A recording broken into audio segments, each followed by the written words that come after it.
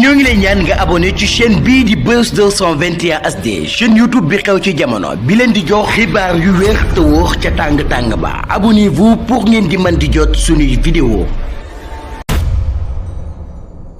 El Malick Ndiaye secrétaire national bi yore wàllu communication bu parti Pastef bi daal dinay àddu nag rawatina ca bëccëg bañ doon jagleel nag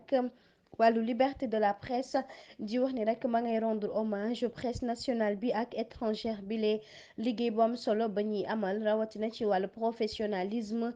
ba tax na journaliste yu bari yi nga xam ni ñoo loroo nag ci mbir mi lee daal di ci am ay gaañu gaañu nag jëm ci seen engagement professionnel ba ñuy amal saa su nekk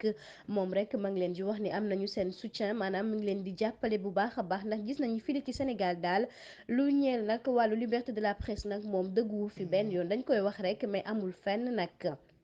ndax li nga xam ne moom la ñu tekk ki di journaliste bi di Pape Alé Niang moom itam di Pape Ndiaye journaliste chroniqueur judiciaire Thioro Magou Mandela Babacar Touré ak yeneen journaliste yoo xam ne fi mu nekk nii ñoo ngi ci guuta mu metti loolu jëm nag ca la nga xam ni moom lañ leen di tekk teguñu ko fenn ndax dañuy dem rek ba di leen bundu xatal duñu sax mënati nekk ca la ñuy liggéey loolee nag moom ay question politique la yoo xam ni dañ ko war a xoolaat te xam nañu sax nag fi mu nekk nii loolee sax nag moom mooy li metti askan wi moo waral nag ñu taxaw temb rek daal di taxaw ci acte yi nga xam ni ñoom moom la ñuy defee ndax rafetlu wuñ ko benn yoon état moom warul forcer mbir mi rawatina lu ñeel état de droit ndax nag dafa war a xool lépp loo xam ni moom la war a communiquer rek mu daal di koy def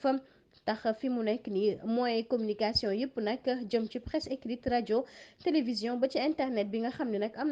solo boo xam ni lu ñeel nag wàllu liberté de la presse kon nag ak joxe sa xalaat ci sa ay mbir wala ci mbir mi ci gis-gis bi nga am loolee war nañ koo mën a bàyyil ndax nag lu ñeel lu jëm ci suñu wàllu démocratie la